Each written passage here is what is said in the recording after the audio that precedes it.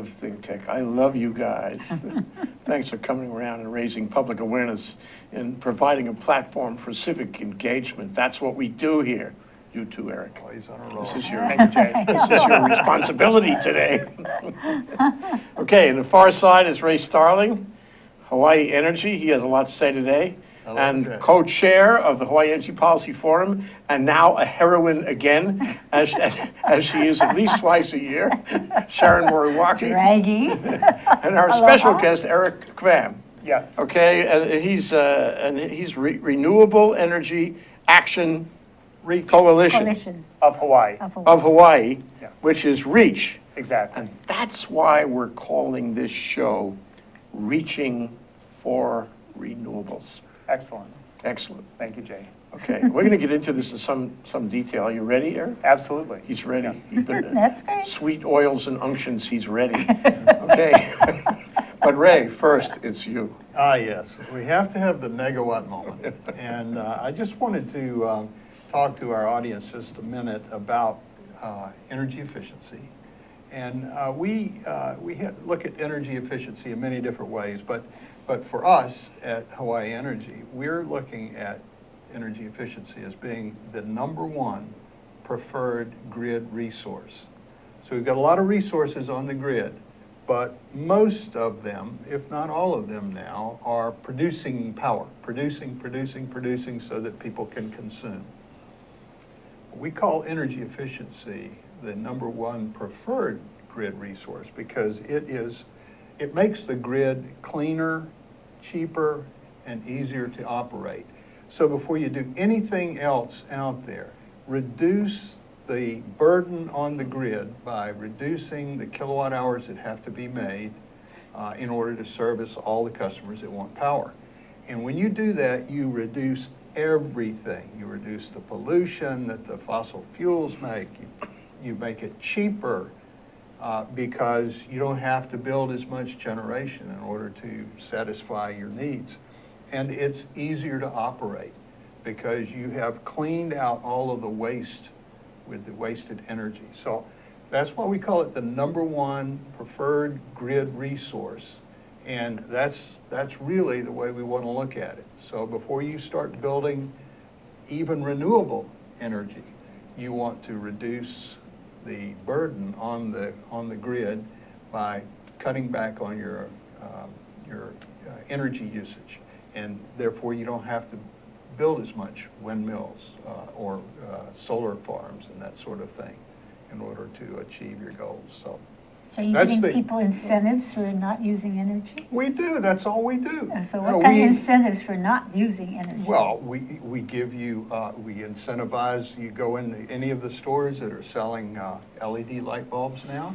And by the way, I looked at an LED light bulb this past weekend in the store. It was like $5.50. It was a 100-watt equivalent light bulb, and it had reduced, because it was an LED light bulb, it was only going to use 8 kilowatts of power, 8 watts of power to replace a 100-watt light bulb. And when you look at that great difference, plus the fact that the LED light bulb lasts forever compared with the old incandescent bulbs, that is such a great bargain today, and it's only getting better. The technology is changing rapidly, and if you haven't walked through the lighting section of your local hardware store lately and looked at what's available, it will surprise you. So Ray, suppose you're sitting at your desk uptown here some afternoon, and Derek Sonoda, one of your trusted staff, walks in on you, and he's very excited. And he says, Ray, did you hear what happened? He's like, what? He says, we reached the maximum energy efficiency we could possibly reach. Our job is over. Our work is done. We can't make it any more efficient than it already is. what do you say to him? I would say, that's great, let's go do something else. Let's go to the beach. I don't think that's going to happen anytime soon, even though we're trying very hard to work ourselves out of a job. So, But, the there's question, still a lot more to do. Where is that point?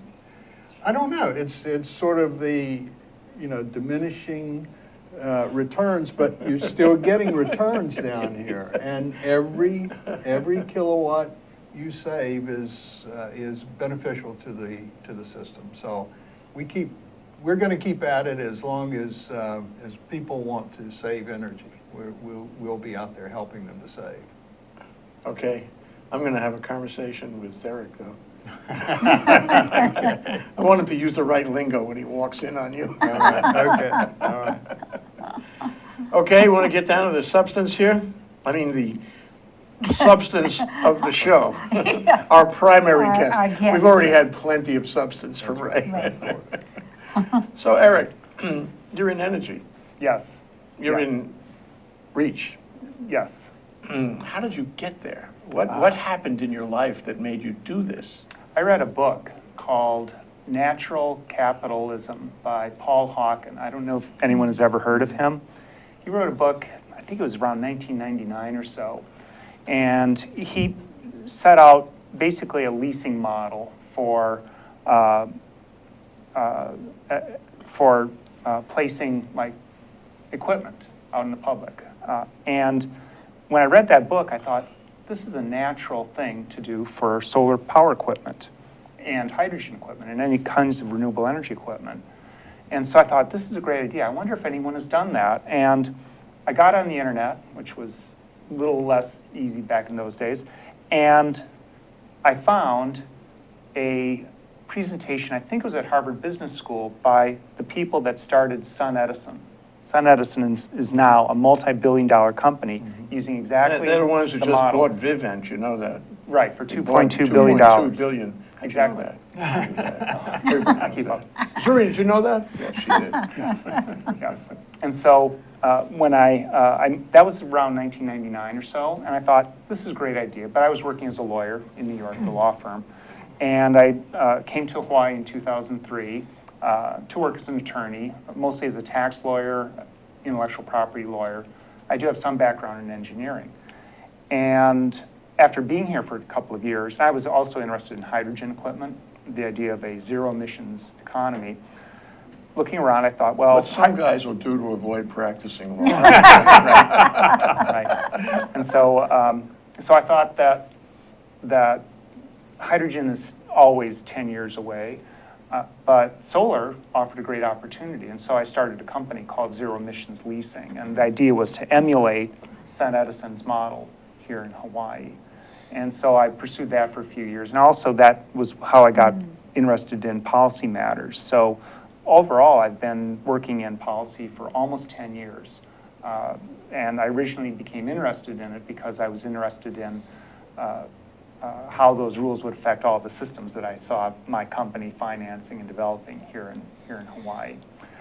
So you've been following this subject closely, I mean, on a daily basis with all your brain cells every day for 10 years. Almost 10 years. And How has it been? it's been wonderful. It's been wonderful. It's been very challenging. I estimate I've probably put in about 10,000 hours of my time That's a over lot, the last that's 10 a lot. years. Yeah. God, you know what that means if you actually build those hours Yeah. to legal clients. That would be different. Yeah. You wouldn't be sitting here with us now, here today. Be in Bahama. Yeah. So if I may, I think I reached a real turning point about 3 years ago. And it was about 3 years ago that I said to myself, because I'd adopted the adversarial posture that I saw other colleagues in the renewable industry adopt towards the utility. And after years of that, I thought, this is not working. And I thought to myself, I tried to put myself in the place of a person at the utility, a manager, someone who's responsible for making decisions about renewable energy options. And I thought to myself, what must it be like? And my conclusion was that they must get bombarded with proposals, buy my technology, buy this option, I'm providing this service. And and it must be very difficult for them. Who's getting bombarded? The people at the utility that are responsible for making the decisions. Okay. And that it'd be very difficult to evaluate any given proposal unless you could compare all of them. And what I started to realize was that they really didn't have a way of thinking about all the proposals that were made to them, a way of evaluating them in a way that they could be compared with each other so that they could make decisions about them that they were themselves confident about making. You realized there was a problem. You thought about it. You applied your legal skills, your engineering skills, your analytical skills, and all your knowledge about energy over nearly 10 years anyway. And you came up with a solution. Am I right? Am I right? Well, am I right? Just answer yes or no. Yes, the answer is Okay, yes. on that A note, propose- a that's a proposal. cliffhanger. That's what we call creating a cliffhanger. We're going is to a take a commercial break break. now, and when we come back from this break, we're going to find out what that solution was. This is really exciting. Okay, that's Erik Kvam, Sharon Moriwaki, Ray Starling. We're all interested in this, Eric. Just hold that thought. Like to know the Right back. solution. Aloha, my name is Jim Shawn, and I'm host of a show called Education Movers, Shakers, and Reformers. Each week, live streaming at noon on ThinkTech Hawaii, we interview people who have special insights into education from early education through K-12, all the way through higher education and beyond. Both public and private are areas we're interested in. We dig deeper. We try to find out what it's really like to be involved in making change, advocating for it, how you reform, what people's philosophies are in reforming it. As I said, we're live streaming every Wednesday at noon on ThinkTech Hawaii. And later on, you can find these interviews on YouTube and on the Hawaii Educational Policy Center website. We hope you join us as many times as possible. Aloha. Here we are. We're back, we're live, we're here with Erik Kvam, and he's with Renewable Energy Action Coalition of Hawaii, that's REACH, and we're reaching for renewables with Sharon Moriwaki and Ray Starling.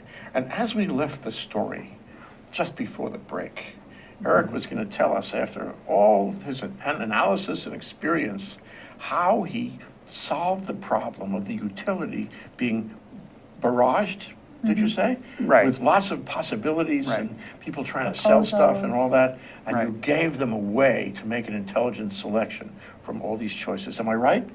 Yes, you are, Jay. Okay, go for it. Tell us what you suggested. Tell us what Well, you did. What I realized is that there's no planning process for evaluating all the many options that are available to them, including demand management options and efficiency options, even though we know intuitively that these are very high benefit, low cost solutions. They still don't have a way of evaluating them in a way that they can be compared. And so I asked myself, why don't they have a planning process? And I realized it was because they really don't have a goal. Okay, and so the position we're in right now, You heard it here. okay, You can't have a plan without a goal. right. This is really important. You know? No, it is. It's very fundamental. Any disagreement on that? No, Okay, that's all right, phenomenal. okay, please continue. So it's very fundamental, and specifically, they don't have what I call a measurably stated goal, okay? That a goal that's set in a way that you can measure whether you're achieving it. And so the goal that occurred to me as being the sensible goal is 100% renewable energy. That's a measurably stated goal. And so for 3 years, I've been using my participation in the dockets as an opportunity to talk to the utility people, invite them to consider the virtues, the benefits for themselves, for their own success, their own prosperity, of having a planning goal of 100% renewable energy. So I've been at this for 3 years, and it's been very gratifying because Now we have a statute. we have a statute, and to me, what's important about the statute isn't the mandate.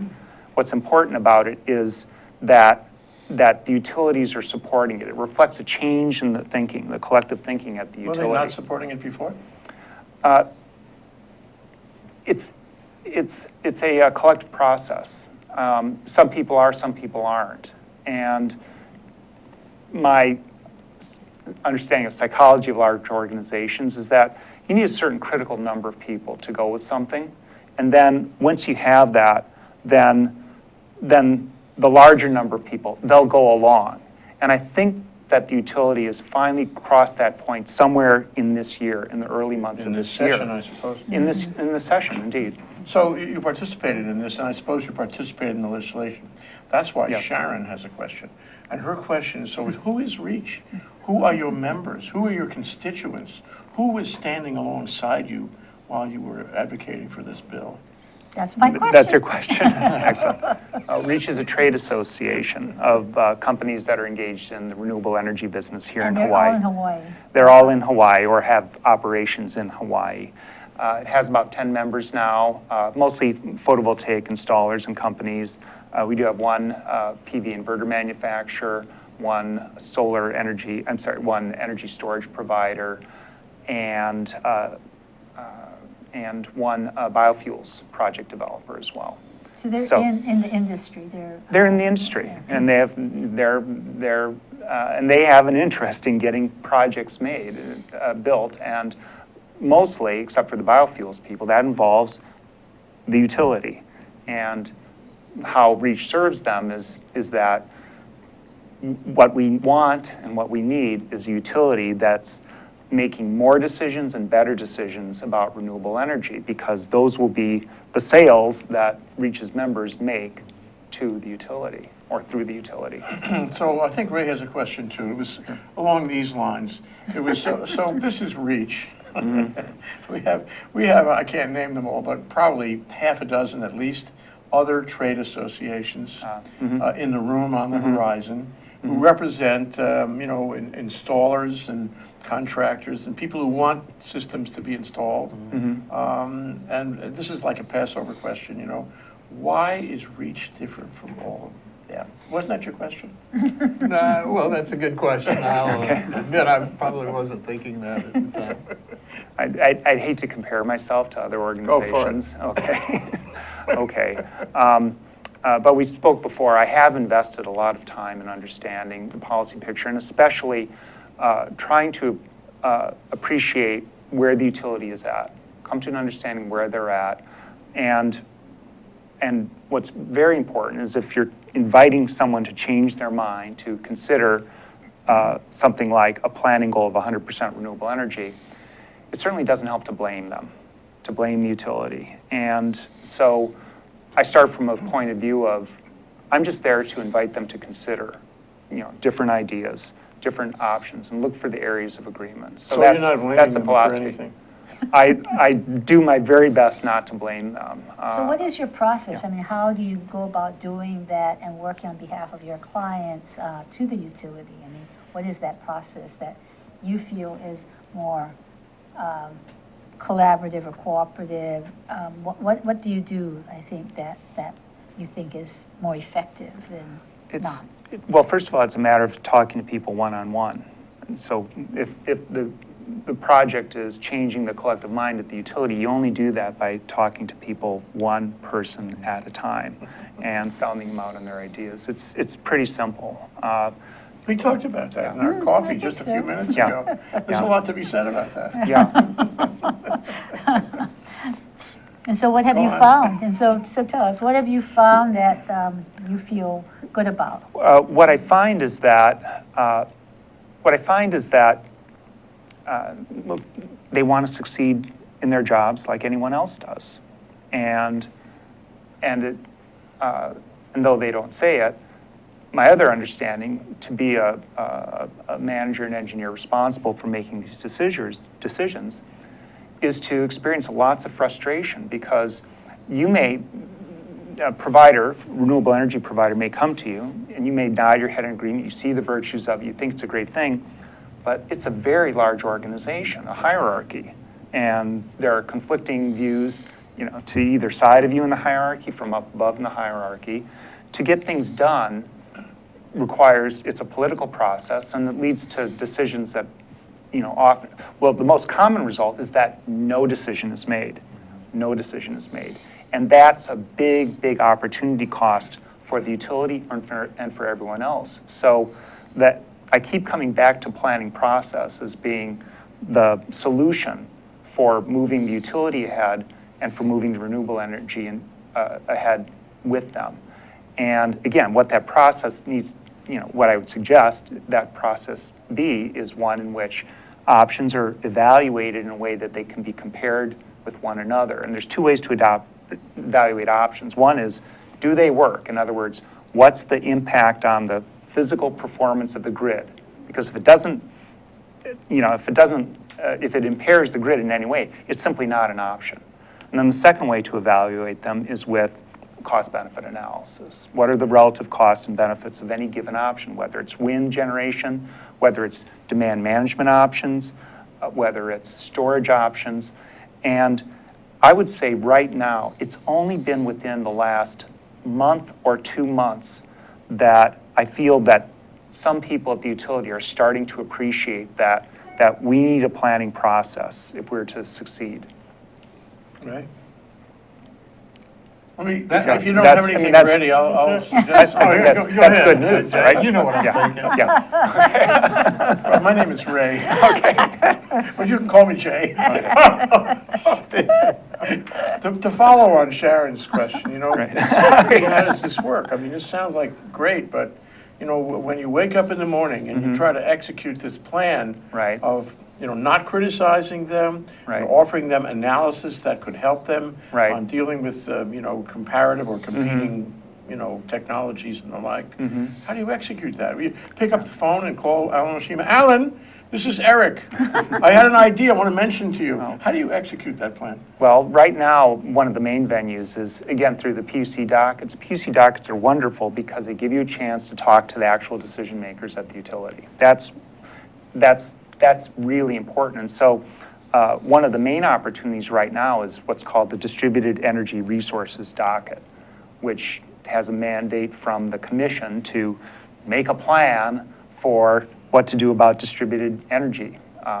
Not just generation, but again, generation, storage, T&D and mitigation options, and even demand management options. And transmission and distribution. It's transmission and distribution. Okay. So, these are big topics, and the commission, as you know, has been asking the utility for plans for some years now, going back to the IRP. And they haven't been satisfied with the plans that they've been given. And so now in the DER docket, we again have an opportunity. The commission has said, give us a plan for distributed energy resources. And so this is the opportunity to talk to the utility people that show up for that docket and say, let's talk about planning process. When you talk, when you say talk, you mean talk in the room of the PUC? Yeah. So you Yeah, sort of reach wherever the over, meeting is grab the held. sleeve and say, we got to talk, Alan, we got to talk. Or do you file something along with the other 50,000 pages of Yeah. suggestions that everybody's making? What's more effective is the talking. The written materials, those are positions, they're opinions, and Sometimes they're not actually constructive. You heard it here on ThinkTech. So Ray, how much of what Erik says do you agree with? Well, I agree a good way to get the attention of the utility is to be in the docket that they're in. And they do read all of the many, many pages that are filed. It's become, I think, almost unwieldy, the amount of stuff that's going on. That alone makes it very difficult to bring something to a conclusion. And then, and that's with everybody trying to come to a conclusion. And sometimes you have people that are involved that don't really want a conclusion to be reached. And so it becomes very difficult. How do you sort that out? I mean, I'm really asking both of you. I mean, how do you sort that out when you have a lot of people in the room? Some of them are sincere, as you are, and have genuine suggestions they would like to see implemented for the benefit of everyone, the common good, if you will. And some of them would just like to hold things up or operate in self-interest only. This is a problem. That's a big problem. So I how do think, you deal with that? Yeah. You got to just be as persuasive as you can, and I think bring coalitions together that have a common interest and say, you know, we can't all agree on everything, but let's agree on what we can and push that forward. And that's one way to do it. And these coalitions get together and come up. But you know, then again, you've got coalitions that also have their angle on it, and sometimes that angle is contrary to the general good, and that makes it even more difficult. The work that the staffers and the PUC commissioners have to do to sort it all out is really tough. It really How is. has the commission been in terms of hearing all the parties, the interveners, as well as the utility, in terms of sorting it out, or the questions they ask, and the conclusions they've come to, and the dockets you've been in? They are learning. They are learning, and I think that it's been important for them that they've assembled a staff, especially I'm thinking about Jay Griffin leading the research staff there. Can you pick up the phone and give them a call and say hi? I could, but I think it's against their rules to have ex-parte conversations like that. So I don't try to do It's that. like a contested case, so it's like a court. Right, and but it's. I agree with Ray. It's an unwieldy situation. It's an extraordinarily complex situation, and I'm somewhat grateful to have been kind of outside of it for many of those years that I've been working in the area, because. So the answer, I think, is getting alignment on a goal, and that's Alignment among whom? Alignment among everyone: renewable industry, state government. Who does that? Who Who brings creates the everybody alignment? You together? know, it was a Well- time when we should. thought that Brian Schatz was going to go out there and twist arm and make alignment. Remember that? Wasn't too long Oh, ago. yeah. Yeah. And then he got appointed. Well. Yeah. But- Outside the contested case Yeah. hearing, because during that hearing, it's like a court case, right? Yeah. So how do you get that alignment before you start the process? Yeah. I would say that you let go of the idea that you're going to make people, okay, or that you're going to tell them what they should do. You work from a viewpoint of inviting them to consider, okay, invite them to consider the value to them, the benefits to them of aligning with this particular goal. And so for me, again, the goal, getting alignment on the goal is going to make things easier. I think I'm very, very optimistic that we're going to see an acceleration in the rate of renewable development. Now that we've got that basic alignment going. You have the law, actually. We have the law. We have the law 100%. which reflects the But is thinking. that really alignment? I mean, if there's a given trade association, Mhm. excluding you, who are interested in pushing one renewable, because it means money for their membership. Right. And their membership tells them, we want the money. That's what we want. Right. So when you go down to the PUC or you go to the legislature, remember that, or you lose your job. How are you going to get alignment when people are self-interested? How do you deal with, groups on the stage who are not really out for the common good? Not really, and they are interested in their own self-interest. How do you deal with them? Well, that's a really good question. I suppose it's the same as with anyone else, is look for the areas of agreement. And if they're not in alignment with the goal of 100% renewable energy. Oh, they really, are, they are. Okay. It's the devil is in the detail. We see- And the devil Yeah. is also in the break. We're Is gonna have it a that break. time already? Gosh, time goes by That when you're time having already. fun. We can vote on this. That's Sharon Moriwaki. She's very democratic about these things. And Ray Starling and Erik Kvam, we are going to take a break. I'm telling you. Hi, I'm Ethan Allen. I host Likeable Science on ThinkTech Hawaii, and I do this because I care about science literacy in Hawaii. I want to spread the understanding that science is a vital and interesting part of everyone's life. I want to make sure the broadest possible spectrum of people understand the beauty and the value of science and realize that science plays out each and every day of their lives. I want you to understand that science is fun. So we bring onto this show each week guests who are scientists, from astronomers to zoologists, and we talk about what they do and how they do it. But most importantly, we talk about why you should care about their work, why you should see that their work has value and impact on your life. So I hope you'll join us Fridays, 1 p.m. here on ThinkTech Hawaii. You can watch us via live stream. You can watch us recorded on Olelo, and you can see us each week. We hope you'll join us. 9-5. We're back, we're here, we're live, it's Wednesday, it's a happy day, it's Energy Day. We're here with Erik Kvam and also Sharon Moriwaki and Ray Starling. Can I shift a little bit, if you don't mind, to the 100% by 2045? Right. And I keep having this recurrent dream. It's like Mad Max at Thunderdome, you know? We're going to arrive there. It's going to be, what, January or maybe December of 2044? December. And the whole thing comes true. It comes true. We should all be alive when this happens, all of us. Okay, everybody. Celebrate, celebrate. Let's assume we are, okay? We've seen it through. And now we're at 100%, which means, I mean, theoretically, there's no more fossil fuel, no more petrol cars, no more anything that's not renewable. Wow.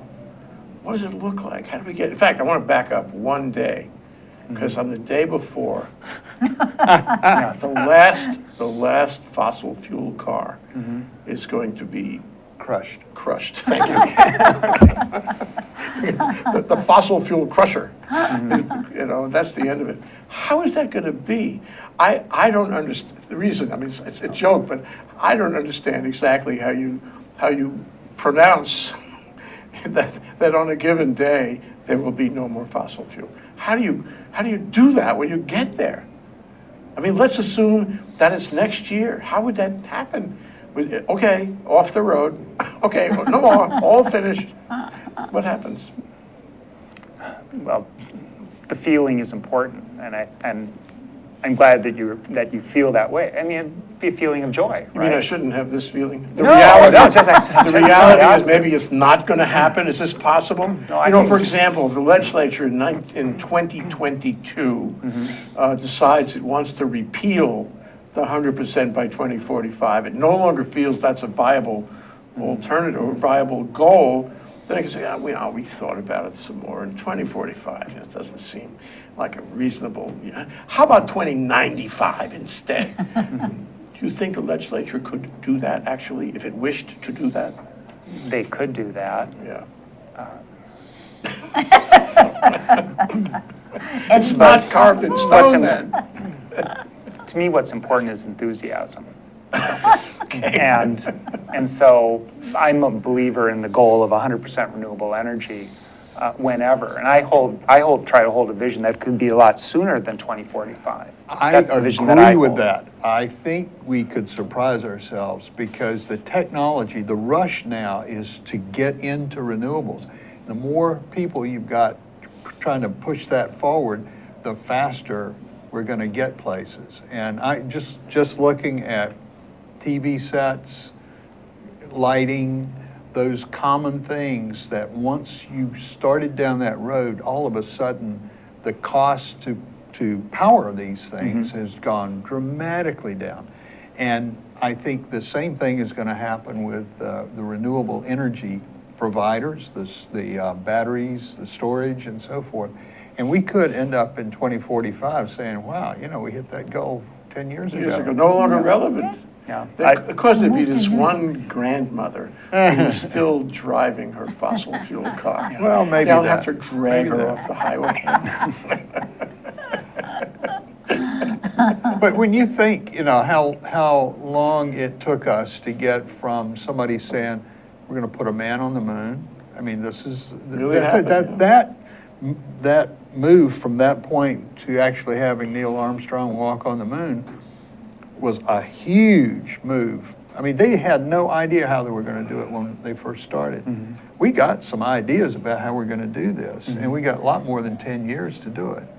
And I think we can do it. I think we can do it faster. Okay, I mean, I think Then such an 2045. talk about excitement, yeah? Talk I agree. about enthusiasm that we have it.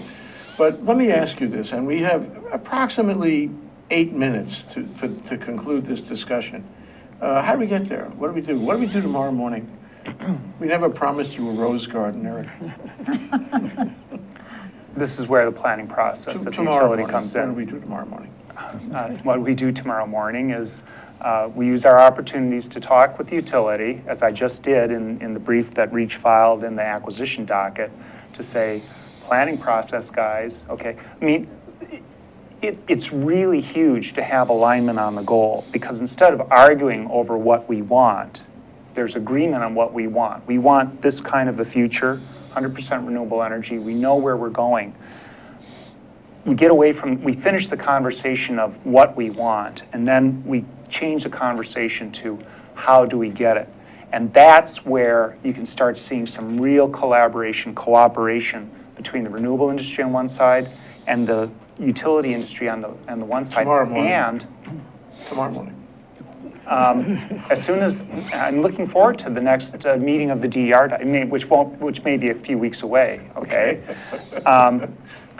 There are other things. Actually, you want to know what's on my list of things to do is to call one of the senior executives at HECO and ask that senior executive to take the initiative in having a scoping meeting on the DER docket, okay? Get people talking now. Don't wait for the commission. The commission might be another 2 or 3 months making up its mind. Let's get together now and start talking about what it's going to take to come up with a plan that the commission likes for distributed energy. And that's called phase 2 of the DER docket. So what's the scoping meeting? Well, that's my suggestion. What is a scoping meeting? Well, to me, the scoping meeting would be, listen, if we argue options at each other, we should do this option, we should do time of use, we should do this kind of renewable generation, we should do big PV, we should do small PV. If that's the discussion, it's going to be conflict. It'll be conflict, and there will be no resolution. So what's needed is the planning process by which the utility can evaluate those options, come up with a plan based on those, saying, we're going to implement the options that have the highest benefit and the lowest cost first, and everything else we're going to wait on. And to me, it's very likely that those initial options are going to be demand management options, okay? Because you're working with people's behavior. You're dealing with lots of intangibles. You're not making the big investment in intangible material things. But right now, they don't have a planning process for even doing that. And so that's the opportunity to get the utility to start a planning process, to create I call it creating a planning process oriented to a goal of 100% renewable energy. Okay. Now's the time. Questions? I mean, we're going in for the detail now. Yeah. Okay, well, I think that's a really great idea, and it's this whole thing of coming together and saying, what are our interests and how can we do it best? So what would be the first step? So, okay, so let's say the utility says, okay, that's a great idea, Eric, let's go to it. What would be the first steps in terms of framing it in a way that would be productive and not just still going at it on whether it's this renewable or that renewable, or who gets to play and who doesn't? How would that be done fairly and quite productively And expeditiously. and expeditiously? It'd be an internal process at the Hawaiian Electric companies, okay, to say to themselves, listen What about me? But you Can I have- be involved? Can Sharon and Ray, can they be involved? Can we be at this scoping meeting and help them out?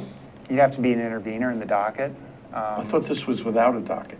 No. Scoping meeting. Well,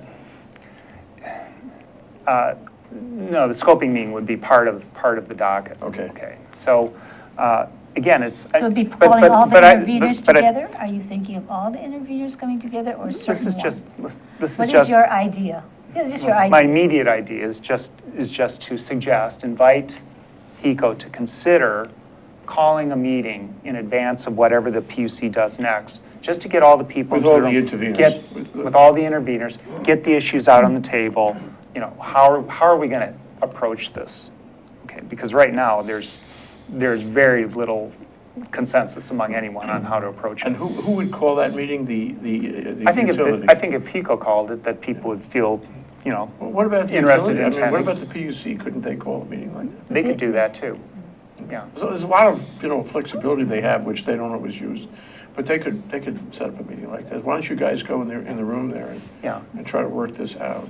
Well, that's what they did in this DER docket, and that follows on what they did in the RSWG docket. In fact, I just read something on Henry's blog with Lorraine Akiba speaking about, we want people to cooperate. We want them talking to each other. And that's one of the other big stories, kind of like the subtle stories, is that 8 years ago when I started doing this, a little over 8 years ago, there weren't any discussions going on. There weren't any discussions going on.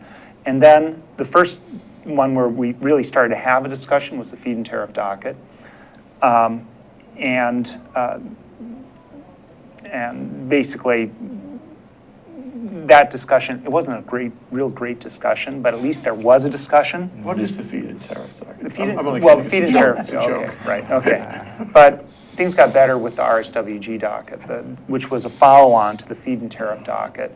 And it was because the commission saw some value. There were some areas of agreement that came out of the RSW Reliability Standards Working Group docket that the commission instructed the parties in the DER docket to have essentially a settlement discussion, a negotiation that extended over the last 3 or 4 months to see if we could resolve issues without them having to rule. So, and that's what they've indicated, that we're likely to see more of that in the DER docket. So again, it's only my suggestion to Hawaiian Electric to take the initiative, okay, and let's get the discussion started sooner instead of waiting for the PUC to order us. Mm-hmm. That will be helping the PUC, right? And don't they want to help the PUC these days? So I don't know if they'll act on it, but that's the kind of thing that I'm At looking least for, more the opportunity. proactive than waiting around. Yeah, if I had to just capsulize that, I would say what you're saying is you want the utility to be proactive. Yeah, proactive is a good word to describe it. Trying to Right. work these things out. Right. And have them assert a kind of leadership among the players. Well, they have an opportunity to do that. I can't, it's not up to me to tell them. Only asking them to consider the possibility. Exactly. Would they consider the possibility? I hope now that they've been, they've seen that going the way that they have been going is not doing too well for them. I think that they may be looking for some other ways to do it. And we're getting a lot of encouragement over on our side from the PUC, which is who we work for, to engage with the utility and talk through the issues, our common issues that we can make some progress on working together. And we're actually, I came from a meeting just a while ago about that very thing, with us on one side and the utility on the other side. There was no docket, there was no gun at our heads. We were trying to resolve some issues that we think could move us forward. And so I think these are all new things. They are. The old way of doing it, just filing a docket and formally doing this, formally doing that, it's too cumbersome to get all that needs to be done.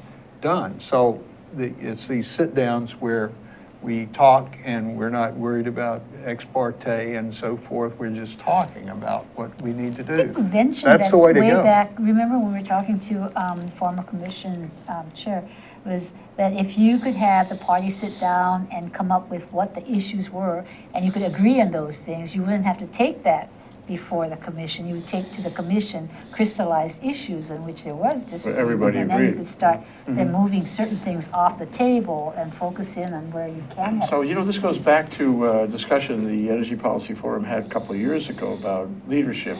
That's another word for proactivity. And I just wonder, speaking on behalf of the forum, Sharon, what's the role of the forum here? And how do you see the landscape changing in order to, follow on what Erik is talking about? I think we've been talking about that, of more collaboration, more working together, and if there are issues to bring the parties together and have a discussion. So we definitely want to see that happening. If it's not, we can create the forum by which we can start discussing those issues. I think PUC process is one that came out of the Clean Energy Day as well, of how can you have a better process and not so adversarial, but really everybody wants the same thing. How do you do it in the best way, the most productive and cost-effective way? So definitely would be looking at some issues maybe in the coming year. If you see anything where the forum can actually play a role in bringing parties together in a more process and addressing the process and how it could be more productive. Yeah. The forum's So interesting. Eric, see camera one over there, the one with the red light? Yes. That, the governor is there, plus the legislature, the entire PUC, and for that matter, the entire energy establishment, but for that matter, the entire state. And you have 1 minute to try to get them on board. So why don't you address them now? No pressure. Do what I'm doing, okay? Invite our electric utility to consider affirming even more so their commitment to a planning goal of 100% renewable energy. Ask them, invite them, consider them, but don't pass a law making them. Don't tell them what they must do. Ask them and invite them to consider that their own prosperity and their own business success is likely to be the result. The more that they commit to that goal and engage people in this conversation, the better it's going to be for them. Okay, Ray, your turn. Summarize, comments? Oh, my goodness. Well, I think we've got a long way to go, but I think we're making progress with the utility. The PUC's learning new ways to get the job done more effectively. And so I'm glad to see that. And your organization, REACH, is playing a role in that. And I'm glad to see you're pushing that forward. So Thank you, Ray. Thank you, and I hope to see you back here soon with some good news about what's going on. Thank you, Eric, for doing this. It's for the common good, for sure. Sharon Moriwaki, also the common good, and Ray Starling, totally common good. Thank you, guys. Very common. Aloha till next week. We'll see you next Wednesday. We'll be